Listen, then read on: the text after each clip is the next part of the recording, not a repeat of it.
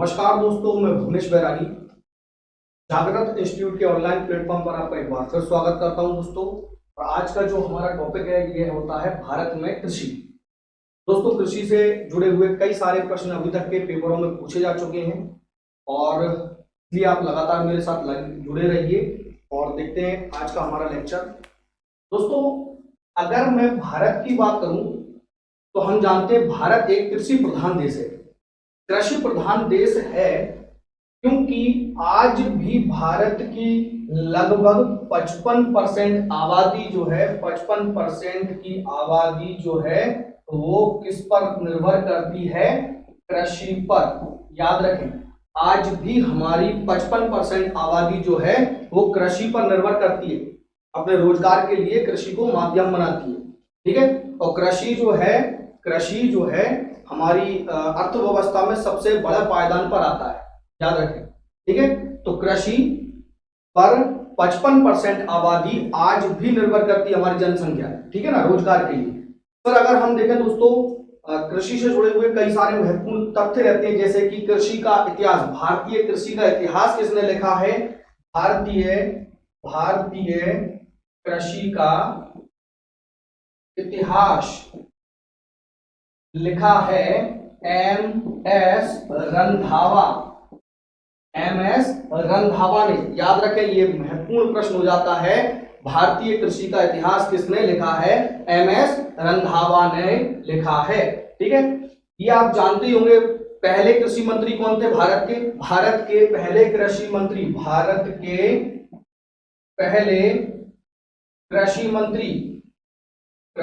मंत्री दोस्तों याद रखें, ये थे डॉक्टर राजेंद्र प्रसाद।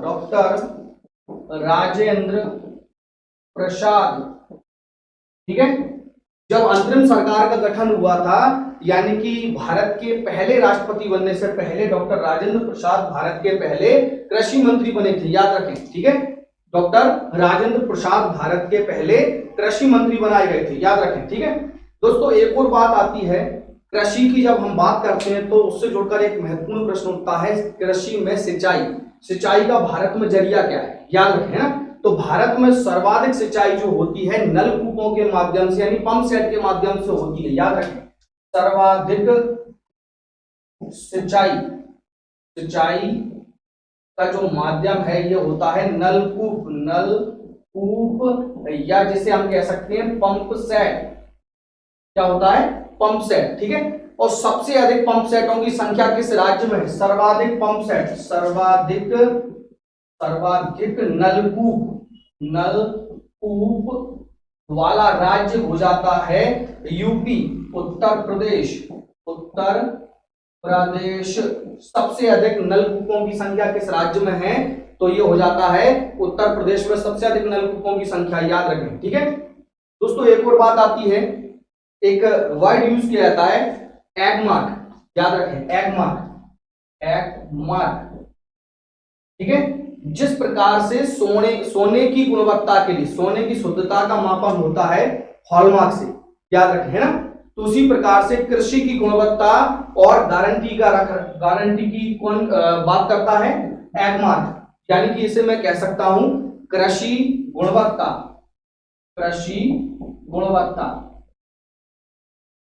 ठीक है, कृषि गुणवत्ता से जुड़ा हुआ है एगमार्क। कृषि के जो उपकरण होते हैं, कृषि के जो बहुत सारी जो जिनमें हम खेती करने के लिए जिन वस्तुओं का उपयोग करते हैं, जिन सामानों का उपयोग करते हैं, वो सभी की सभी एगमार्क से टैग होती है। ठीक है ना, यानी कि गुणवत्ता के आधार पर इन्हें एगमार्क किया जाता है। ठीक है, फिर दोस्तों देखते हैं हम कृषि में अगर हम बात करें तो भारत का विश्व में कृषि में किस प्रकार से स्थान होता है। अगर हम बात करते हैं कि गेहूं उत्पादन का भारत में कौन सा स्थान होता है? याद रखें, गेहूं उत्पादन का भारत का विश्व में दूसरा स्थान आता है। सबसे अधिक गेहूं का उत्पादन होता है चीन में। सर्वाधिक गेहूं का उत्पादन सबसे अधिक कहां होता है? चीन में। और दूसरे नंबर पर होता है भारत। ठीक है, सबसे अधिक गेहूं होता है चीन में, दूसरे नंबर पर होता है भारत में। चावल की अगर हम बात करते हैं, चावल भी सबसे अधिक होता है कहां पर? चीन में, और दूसरे नंबर पर होता है भारत। भारत का गेहूं और चावल दोनों में दूसरा स्थान होता है। ठीक है, कारण होता है दोस्तों इसका, क्योंकि गेहूं और चावल दो ऐसी मुख्य फसलें हैं, ऐसी दो मुख्य खाद्यान्न फसलें हैं जिनका हम सबसे अधिक खाने में उपयोग करते हैं। अभी जिन देशों की जनसंख्या सबसे अधिक होगी वहां पर गेहूं और चावल जैसी खाद्यान्न का उपयोग सबसे अधिक होगा, इसलिए इनका उत्पादन भी सबसे अधिक होगा। याद रखें, तो चीन सबसे अधिक पॉपुलेशन वाला देश है, इसलिए गेहूं और चावल दोनों सबसे ज्यादा कहां पर होती हैं? चीन में। और दूसरी जनसंख्या में सबसे बड़ा देश होता है भारत, इसलिए भारत दूसरे नंबर पर आता है किस चीज में? गेहूं और चावल के उत्पादन में। और तीसरी जो खाने के लिए मूलभूत आवश्यकता होती है सब्जी। याद रखें, तो सब्जी के उत्पादन में भी चीन जो है पहले नंबर पर आता है और भारत दूसरे स्थान पर आता है। याद रखें, ठीक है, सेम कंडीशन वही है, जहां पॉपुलेशन ज्यादा होगी वहां पर सब्जी ज्यादा खर्च होगी, ज्यादा आवश्यकता पड़ेगी सब्जी की। और भारत जो सेकंड पॉपुलेशन में आता है, दूसरा सबसे बड़ा जनसंख्या वाला देश है, इसलिए भारत को सब्जी की आवश्यकता दूसरे नंबर पर। क्लियर है? याद रहेगा। ठीक है, फिर देखते हैं दोस्तों तंबाकू उत्पादन में भारत का स्थान।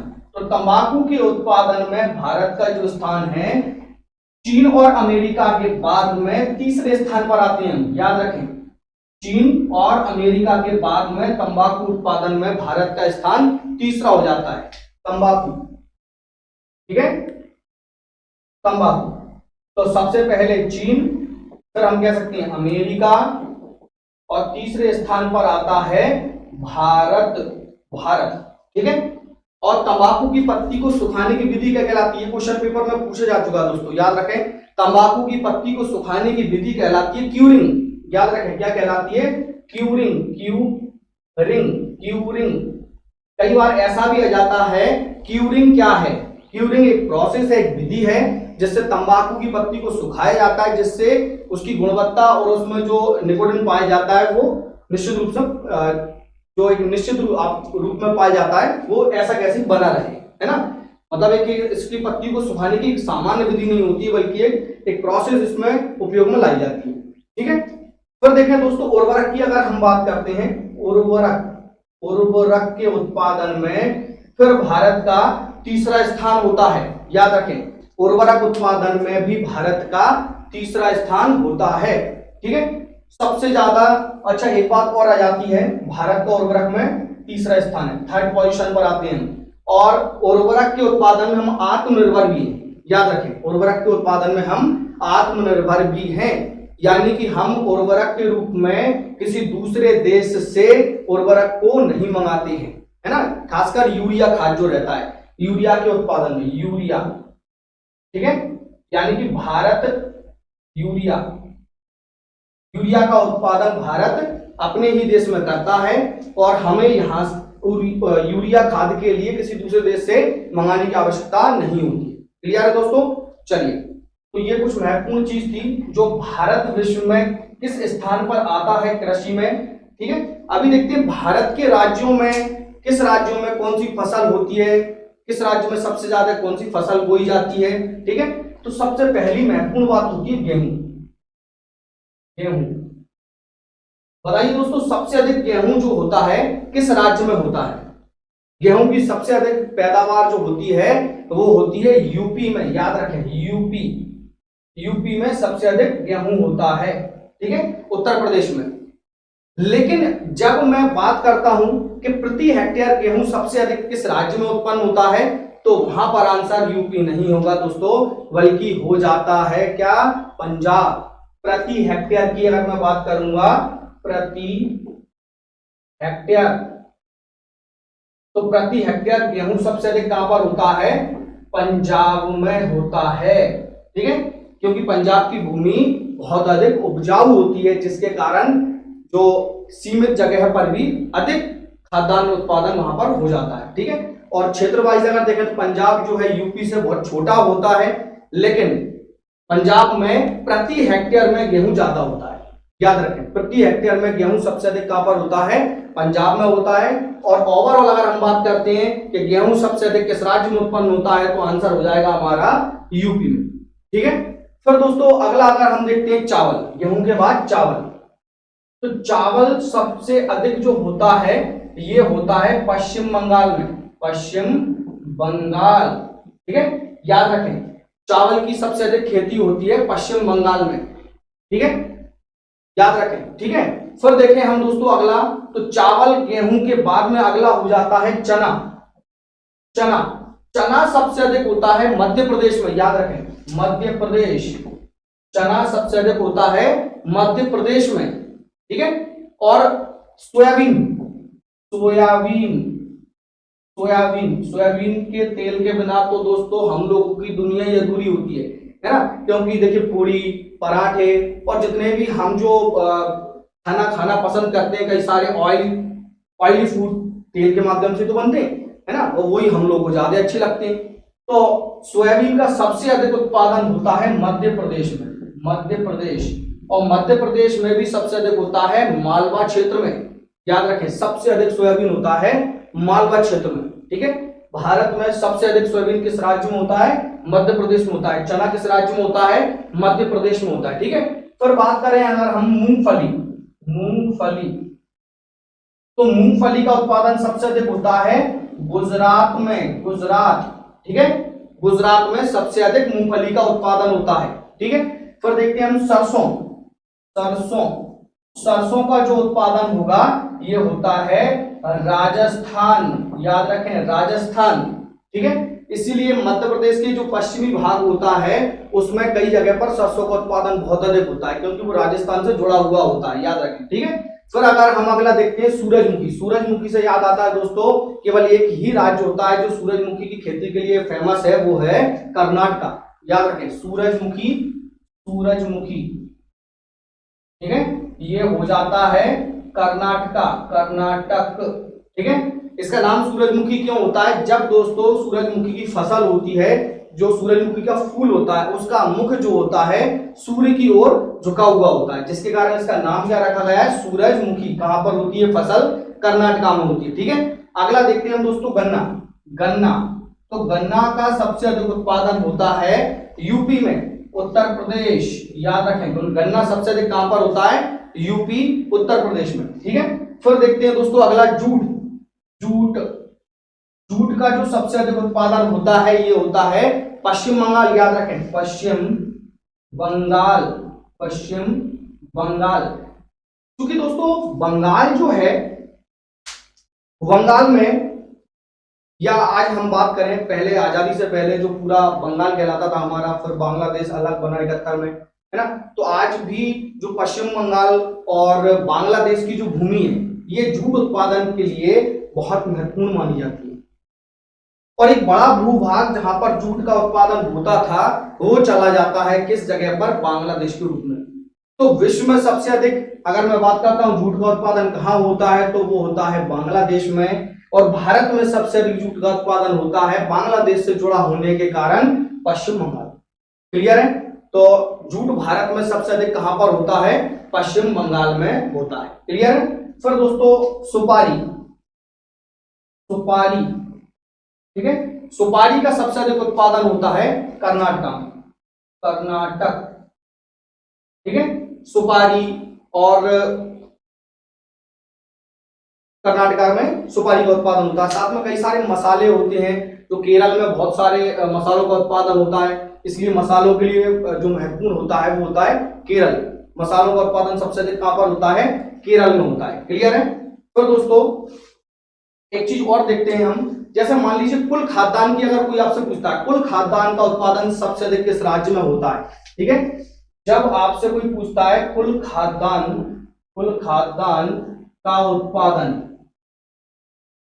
है ना, करने वाला राज्य, यानी कि ओवरऑल सभी जो फसलें होती हैं उनमें उनके उत्पादन में किस राज्य का पहला स्थान होता है? तो ये आ जाता है उत्तर प्रदेश, उत्तर प्रदेश। उत्तर प्रदेश कुल खाद्यान्न में पहले स्थान पर आता है। यहाँ पे दाल, चावल, गेहूं, बाकी सारी फसलों का उत्पादन किया जाता है। ठीक है ना। और फिर बात करें हम अब कैटेगराइज वाइज, ये तो कुल खाद्यान्न की बात हुई। सबसे अधिक अगर मैं बात करता हूं दलहन का उत्पादन कहां होता है? दलहन, दलहन का उत्पादन, है ना, यहां पर, यानी कि दलहन का मतलब क्या होता है? कुल दालें, दालें जैसे मूंग की दाल, तुअर की दाल, ये सब कुल मिलाकर दालों का उत्पादन सबसे अधिक किस राज्य में होता है? तो यहाँ पर हो जाता है मध्य प्रदेश। मध्य प्रदेश दालों के उत्पादन में पहला स्थान होता है मध्य प्रदेश का। याद रखें, मध्य प्रदेश दलहनी फसलों में पहले स्थान पर आता है विश्व भारत के अंदर। ठीक है, पर देखें कुल तिलहन की बात करते हैं, तिलहन उत्पादन, तिलहन उत्पादन, अगर मैं तिलहन की बात करता हूं दोस्तों तो फिर आता है एक नाम, एक फसल का नाम जिसका नाम है सोयाबीन, है ना। अभी मैंने बताया था सोयाबीन का उत्पादन सबसे अधिक किस राज्य में होता है? तो ये होता है मध्य प्रदेश में, और सबसे अधिक तेल बनाने की जो काम किया जा रहा है ये बनता है सोयाबीन से, है ना। तो तिलहन में उत्पादन में सबसे पहला राज्य हो जाता है, इसलिए कौन सा? मध्य प्रदेश, मध्य प्रदेश, है ना। और सोयाबीन के अतिरिक्त भी कई सारी जो तिलहनी फसलें होती है इनका उत्पादन मध्य प्रदेश करता है। ठीक है, फिर देखें दोस्तों एक मोटा अनाज, मोटे अनाज में, मोटे अनाज में, मोटे अनाज का उत्पादन सबसे अधिक किस राज्य में होता है? ये होता है राजस्थान, राजस्थान, राजस्थान में मोटे अनाज का सबसे अधिक उत्पादन किया जाता है। याद रखें, राजस्थान मोटे अनाज के लिए फेमस होता है। मोटे अनाज से क्वेश्चन आएगा तो आप किसको लगा देंगे? राजस्थान में मोटे अनाज का उत्पादन सबसे अधिक होता है। मोटा अनाज जैसे कि बाजरा होता है, आपका मक्का होता है, ये सभी क्या होते हैं? मोटे अनाज के अंतर्गत आते हैं। क्लियर है? तो देखते हैं दोस्तों, ये आप साथ साथ में याद करते चलें जिससे कि आपको बार बार इन्हें फेरने की आवश्यकता नहीं पड़ेगी। सही है ना दोस्तों? चलिए इसके बाद देखते हैं दोस्तों, एक बात आती है हरित क्रांति की बात आती है। ठीक है ना, हरित क्रांति, क्योंकि जब भारत आजाद हुआ तो भारत के सामने कई सारी चुनौतियां आई। ठीक है ना, जैसे रक्षा की बात भी होती है ना, मंत्रालय विभिन्न प्रकार के काम करती है, तो कई सारी चुनौतियां आती हैं, उद्योग संबंधी समस्याएं भी आती हैं। सब चीजों का सामना करते हुए भारत आगे बढ़ रहा था। इसी दौरान भारत का 2 युद्ध भी होते हैं, है ना, 1962 में चीन के साथ और 1965 में पाकिस्तान के साथ, जिसके कारण भारत को कई सारी आर्थिक रूप से क्षति पहुंची, है ना। और उसके साथ ही भारत में एक समस्या भी आई कहीं ना कहीं, वो हो जाती है खाद्यान्न उत्पादन, क्योंकि जो फंड होता है दोस्तों, अभी हम भारत के विकास, कृषि के विकास में लगाना चाह रहे थे, लेकिन कहीं ना कहीं अनावश्यक रूप से हमें उसे युद्ध के रूप में खर्च करना पड़ा। तो कई सारे ऐसे कारणों के चलते भारत में जो कृषि का उत्पादन था इसमें कुछ रुकावटें आई, है ना, जिसके कारण देश में खाद्यान्न उत्पादन में कुछ समस्याएं पैदा होने लगी। अब इन समस्याओं को समाप्त करने के लिए भारत सरकार ने एक प्रोग्राम स्टार्ट किया था जिसका नाम था हरित क्रांति। याद रखें, हरित क्रांति, हरित क्रांति। सबसे पहला क्वेश्चन आता है दोस्तों हरित क्रांति से कि हरित क्रांति का संबंध किस क्षेत्र से है? अभी बिल्कुल आप यहीं के यहीं याद करते चलें। ठीक है, हरित क्रांति का संबंध किस क्षेत्र से, हरित क्रांति किस क्षेत्र में थी? ठीक है ना, तो ये थी दोस्तों खाद्यान्न उत्पादन। याद रखें, खाद्यान्न उत्पादन, खाद्यान्न उत्पादन, है ना। खाद्यान्न यानी कि जिन्हें जो हम लोग रेगुलरली खाने के रूप में यूज करते हैं, जैसे कि गेहूं, चना, है ना, चावल, ये सब क्या कहलाती हैं? खाद्यान्न वाली फसलें कहलाती हैं, जिन्हें हम खाने के रूप में रेगुलरली यूज में लाती हैं। ठीक है, तो हरित क्रांति का संबंध आया खाद्यान्न उत्पादन से, और भारत में हरित क्रांति का जो पहला प्रोग्राम स्टार्ट किया गया, ये किया गया 1967 से 68 तक, 1 वर्ष तक खाद्यान्न जो हरित क्रांति कार्यक्रम शुरू किया गया। ठीक है, जिसके कारण भारत में जो फसल उत्पादन होता है उसमें कुछ सुधार आया। ठीक है, और हरित क्रांति का जो सेकंड प्रोग्राम स्टार्ट हुआ, दूसरा कार्यक्रम स्टार्ट किया, ये किया गया 1983-84 में। याद रखें, दूसरी बार हरित क्रांति का कार्यक्रम फिर स्टार्ट किया गया, तो वो किया गया 1983-84 में। हरित क्रांति से जुड़ी हुई महत्वपूर्ण बात है दोस्तों। साथ में एक बार फिर प्रश्न बनता है हरित क्रांति का जनक कौन है? तो यहाँ पर 2 प्रकार से बात आती है। नंबर पहली बात आती है विश्व में हरित क्रांति का जनक कौन है, नंबर दूसरी बात आती है भारत में हरित क्रांति का जनक कौन है ना। तो पहले हम देखते हैं दोस्तों विश्व में हरित क्रांति का जनक कौन है। विश्व में अगर मैं बात करता हूं हरित क्रांति के जनक की, तो ये हो जाते हैं नॉर्मन बोरलॉग। कौन? विश्व में हरित क्रांति के जनक कौन हो जाते हैं? विश्व में हरित क्रांति के जनक हो जाते हैं नॉर्मन बोरलॉग। Norman Borlaug. दोस्तों नॉर्मन बोरलॉग, बोरलॉग पुरस्कार भी है। बोरलॉग क्या है? पुरस्कार, पुरस्कार भी होता है, जिस पुरस्कार का संबंध किससे होता है? कृषि से होता है, याद रखें। फिर एक प्रश्न कई बार आ चुका है, बोरलॉग पुरस्कार का संबंध किस क्षेत्र से है? तो ये कृषि क्षेत्र में दिए जाने वाला सबसे बड़ा पुरस्कार होता है बोरलॉग पुरस्कार। क्लियर है? नॉर्मन बोरलॉग जो विश्व में हरित क्रांति के जनक माने गए। ठीक है, फिर देखते हैं दोस्तों भारत में हरित क्रांति के जनक। अभी हम भारत की बात करते हैं कि भारत में हरित क्रांति का प्रोग्राम किस व्यक्ति ने आगे बढ़ाया था या फिर लीड किया था? तो ये थे कौन? M S Swaminathan. याद रखें, डॉक्टर एम एस स्वामीनाथन। याद रखें, एम एस स्वामीनाथन। ढेरों बार आपके क्वेश्चन पेपर में आ चुका है दोस्तों ये क्वेश्चन कि भारत में हरित क्रांति के जनक कौन हैं? ये होते हैं एम एस स्वामीनाथन। याद रखें, भारत में हरित क्रांति के जनक M S Swaminathan, doctor M S Swaminathan, जिन्होंने जो हाइब्रिड बीज या फिर संकर बीज होते हैं इनका नई किस्मों की रूप में जनता को दिए, है ना, नई किस्में विकसित की, यानी नई किस्में विकसित की। जो बीज होते हैं बीजों की नई किस्में विकसित की, जिसके कारण क्या हुआ? फसल उत्पादन में बढ़ोतरी आई। ठीक है ना, जैसे अभी हम देखते हैं गेहूं की कई सारी अन्य किस्में भी आती जा रही है, गेहूं, चावल, चना, हर एक फसल जो होती है उसकी नई नई किस्में आती जा रही है।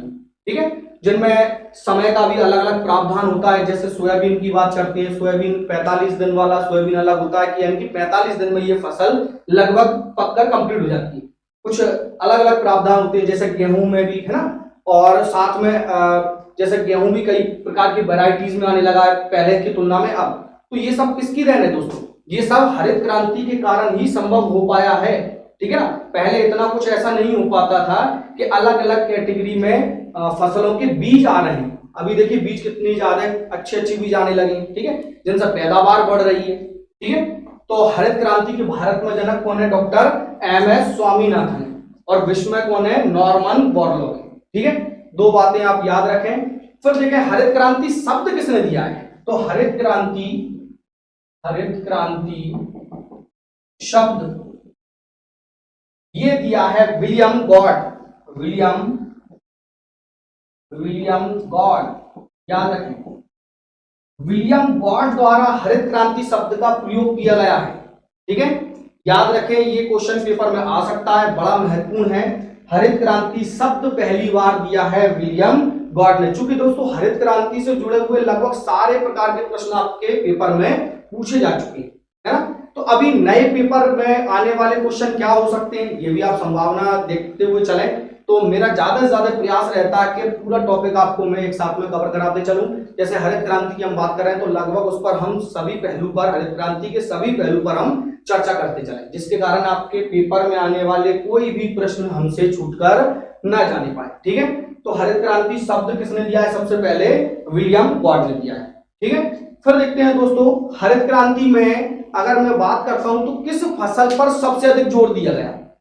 ठीक है, किस फसल पर? तो हरित क्रांति में सबसे अधिक अगर मैं किसी फसल की बात करता हूं तो ये होती है गेहूं और चावल। गेहूं व चावल दो मुख्य फसलें मानी गई हैं। गेहूं व चावल पर सबसे अधिक जोर दिया गया था शुरुआत में, और सबसे अधिक जोर दिया गया था दोस्तों गेहूं पर। याद रखें, हरित क्रांति में सबसे अधिक अगर किसी फसल पर जोर दिया गया है तो वो था गेहूं, है ना।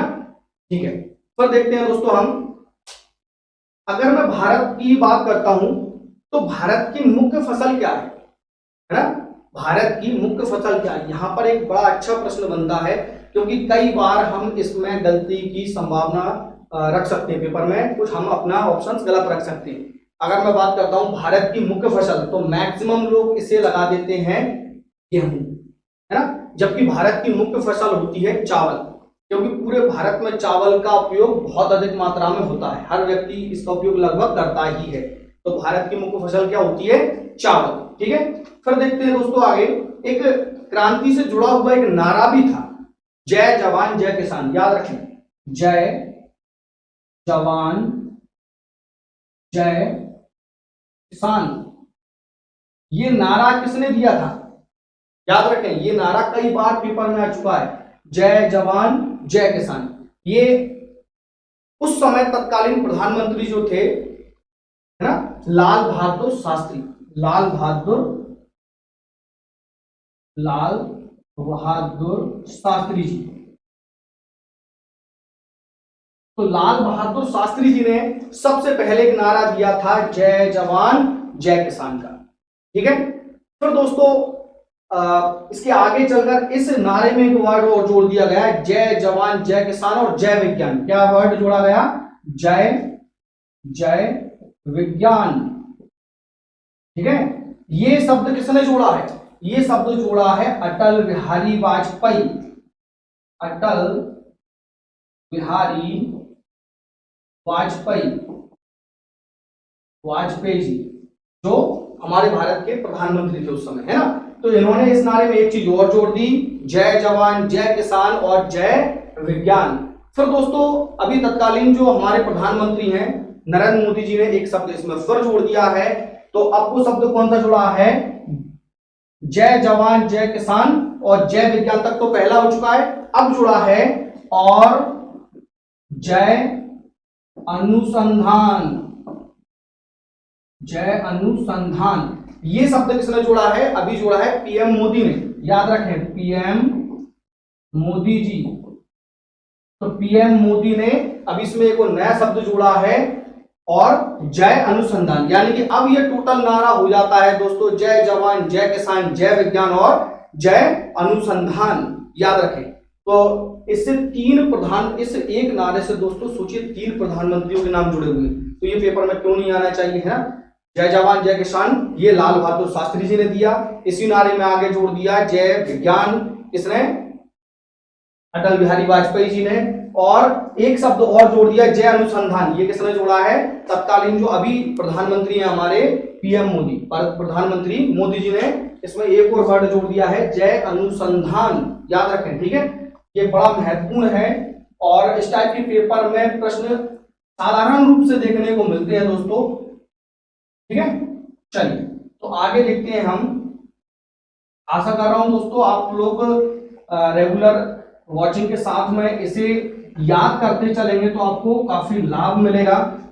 ठीक है, साथ साथ में क्या होता है कि पढ़ तो रही है, देख भी रहे हैं, तो क्यों ना याद करने का भी प्रयास करें हम साथ साथ में, है ना। चलिए तो आगे देखते हैं दोस्तों। कृषि से जुड़ी हुई कुछ महत्वपूर्ण चीज एक और भी होती है, वो हो जाती है कृषि की विधियां, है ना। ये पेपर में आती ही है, एक ना एक विधि कृषि की पेपर में पूछी ही जाती है। जैसे कि मान लीजिए एक कृषि की विधि होती है सेरीकल्चर, ठीक है, सेरीकल्चर। अभी क्वेश्चन सीधा सीधा आता है, सेरीकल्चर का संबंध किससे है? बस सही है, सेरीकल्चर का संबंध किससे? ये कृषि की विधि है, ये होती है रेशम कीट पालन से संबंधित। कौन सी? रेशम कीट पालन।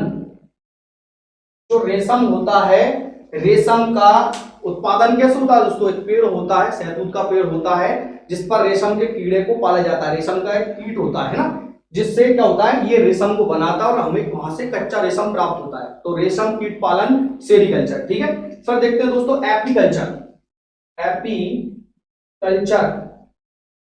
एपीकल्चर याद रखें, ठीक है। एपीकल्चर का संबंध होता है मधुमक्खी पालन, मधुमक्खी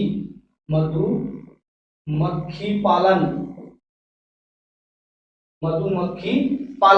मधुमक्खी पालन क्या कहलाता है? एपीकल्चर। मधुमक्खियों को पाला जाता है, एक ये भी प्रोसेस होती है पूरी की पूरी, है, जिसके कारण मधुमक्खियों से शहद प्राप्त किया जाता है ना।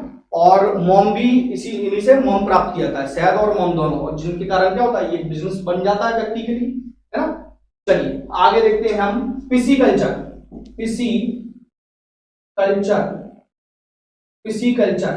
तो पिसीकल्चर का संबंध होता है दोस्तों मत्स्य पालन से।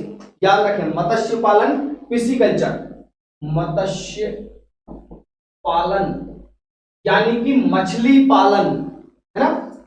अभी हमारी सरकारें भी कई प्रकार से व्यक्तियों को बढ़ावा देती हैं कि मछली पालन की ओर ज्यादा से ज्यादा लोग ध्यान दें, है ना। ये भी एक खेती के अंतर्गत आता है, ठीक है। पिसीकल्चर मत्स्य पालन, ध्यान रखें पिसीकल्चर का संबंध किससे, मत्स्य पालन से। फिर हो जाता है दोस्तों विटीकल्चर,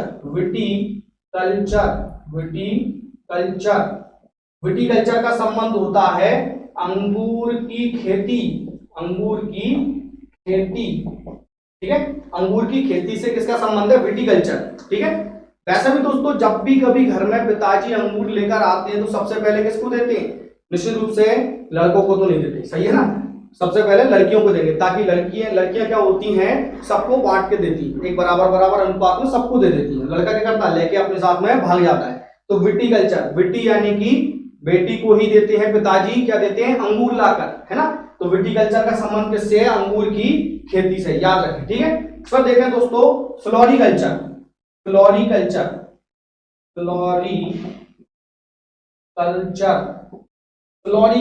फ्लोरिकल्चर का संबंध होता है फूल से, फूल, सही है ना।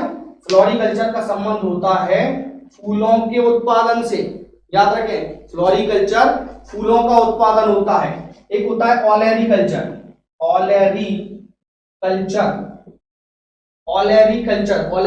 का संबंध किससे होता है, ये होता है दोस्तों सब्जियों के उत्पादन से, याद रखें सब्जी उत्पादन क्या कहलाता है, ओलेरीकल्चर कहलाता है ना।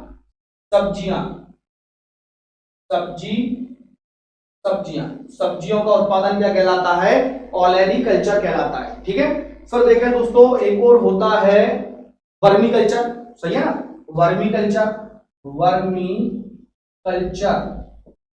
ये बड़ा इंपॉर्टेंट होता है ना, ये पेपर में कई बार पूछा जा चुका है। वर्मीकल्चर का संबंध किससे है दोस्तों, वर्मीकल्चर का जो संबंध होता है ये होता है केंचुआ पालन, याद रखें, केंचुआ पालन, ठीक है। अब ये केंचुआ पालने की क्या आवश्यकता है, बताइए मुझे। एक चीज और आपने देखा होगा, निम्न में से किसे किसान का मित्र कहते हैं, दरअसल केंचुआ जो होता है इसे किसान का मित्र कहते हैं, ठीक है। क्योंकि क्या होता है, ये केंचुआ कभी भी एक जगह शांत बैठता नहीं, ये चलता फिरता रहता है, धीरे धीरे पूरे में घूमता रहता है, जिसके कारण जो खेत में मृदा होती है, मिट्टी होती है, इनमें जो परख नलियां होती है, एक नली टाइप की होती है ना, इनका जनरेट कर देता है, जिस कारण पानी का होता है, पानी पूरी भूमि में एक समान जगह पर सूख जाता है ना। मिट्टी क्या करती है, पानी को सोख लेती है। अभी एक जगह पूरा का पूरा बना रहेगा पानी का एरिया, तो क्या रहेगा, एक ही जगह पानी रहेगा, ठीक है। केंचुए को क्या बोलते हैं, किसान का मित्र भी कहते हैं। साथ में ये, ठीक है, बहुत ही महत्वपूर्ण प्रश्न होता है, वर्मीकल्चर का संबंध किससे होता है, केंचुआ पालन से होता है। फिर देखें दोस्तों अगला होता है हॉर्टिकल्चर, इसका संबंध होता है बागवानी से, ठीक है, बागवानी से संबंध होता है हॉर्टिकल्चर का, ठीक है। तो हॉर्टिकल्चर बागवानी होता है। फिर दोस्तों दो और होते हैं, एरोपोनिक और हाइड्रोपोनिक्स। देखते हैं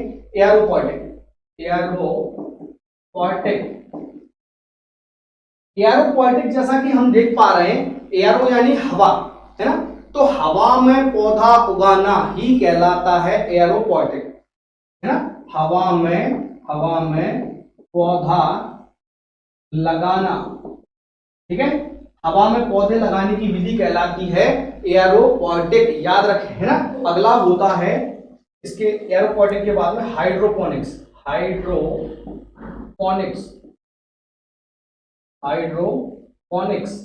हाइड्रोपोनिक्स जैसा कि हम नाम से समझ पा रहे हैं, हाइड्रो से हाइड्रोजन यानी कि पानी, सही है ना। तो कहीं ना कहीं हम लिंक जोड़ सकते हैं, जल में पौधा लगाना, ठीक है, जल में पौधा लगाना। इसे एक और तरीके से ये क्वेश्चन पूछा जा चुका है दोस्तों, मृदा रहित खेती को क्या कहते हैं, हाइड्रोपोनिक्स कहते हैं, सॉरी हाँ हाइड्रोपोनिक्स कहते हैं। मृदा रहित खेती को क्या कहते हैं, हाइड्रोपोनिक्स कहते हैं, याद रखें। इसमें क्योंकि मृदा यानी कि मिट्टी की आवश्यकता नहीं होती ना, तो मृदा रहित खेती को क्या कहते हैं, हाइड्रोपोनिक्स कहते हैं, ठीक है, जल में पौधा लगाना। दोस्तों एक और होता है पोमोकल्चर, है ना, हमने क्या देखा है, फ्लोरिकल्चर फूल, पोमोकल्चर पर्माकल्चर, जिसका संबंध होता है फल उत्पादन से। याद रखें, जिसका संबंध होता है फल उत्पादन से। फ्लोरिकल्चर फूल उत्पादन, पर्माकल्चर फल उत्पादन। क्लियर है? पर्माकल्चर फल उत्पादन से रिलेशन करता है। ठीक है ना? तो दोस्तों आज हमने क्या क्या देखा है? हमने कृषि की महत्वपूर्ण विधियां देखी है। कृषि में भारत में सबसे अधिक कौन कौन सी फसल किस किस राज्य में सबसे ज्यादा मात्रा में होती है ना? पर भारत खेती में विश्व में अपना कौन सा स्थान रखता है? जैसे भारत गेहूं में विश्व में कौन सा स्थान रखता है? दूसरे में चावल, दूसरा सब्जी उत्पादन में भी दूसरा, है ना? उर्वरक उत्पादन में तीसरा, है ना? तो इस टाइप से हमने आज लगभग कृषि को देखने का एक प्रयास किया है दोस्तों। ये एक इसकी एक क्लास और मैं आप लोगों के लिए तैयार करता हूं, तो अगला वीडियो इसका सेकंड पार्ट हम कृषि को कंप्लीट करेंगे लगभग। ठीक है दोस्तों, इसी तरह आप हमसे जुड़े रहें। ठीक है, और एक आवश्यक सूचना दोस्तों, बहुत जल्द आप लोगों के लिए हम Madhya Pradesh PSC, Madhya Pradesh sub inspector, Madhya Pradesh constable, इन सभी परीक्षाएं और व्यापम द्वारा जितनी भी परीक्षाएं आयोजित होने वाली है दोस्तों, उन सभी के लिए हम एक कोर्स जल्दी से लॉन्च करने वाले हैं। तो दोस्तों इसी तरह हमसे जुड़े रहें, हमारे कोर्स का भी आप लाभ उठाएं। बहुत ही अच्छा कंटेंट के साथ उसमें रहेगा दोस्तों। ठीक है, इसी तरह आप मेरे से जुड़े रहें और ज्यादा से ज्यादा दोस्तों आप इस वीडियो को अपने फ्रेंड सर्कल में शेयर करें। ठीक है, okay, thank you very much, धन्यवाद दोस्तों।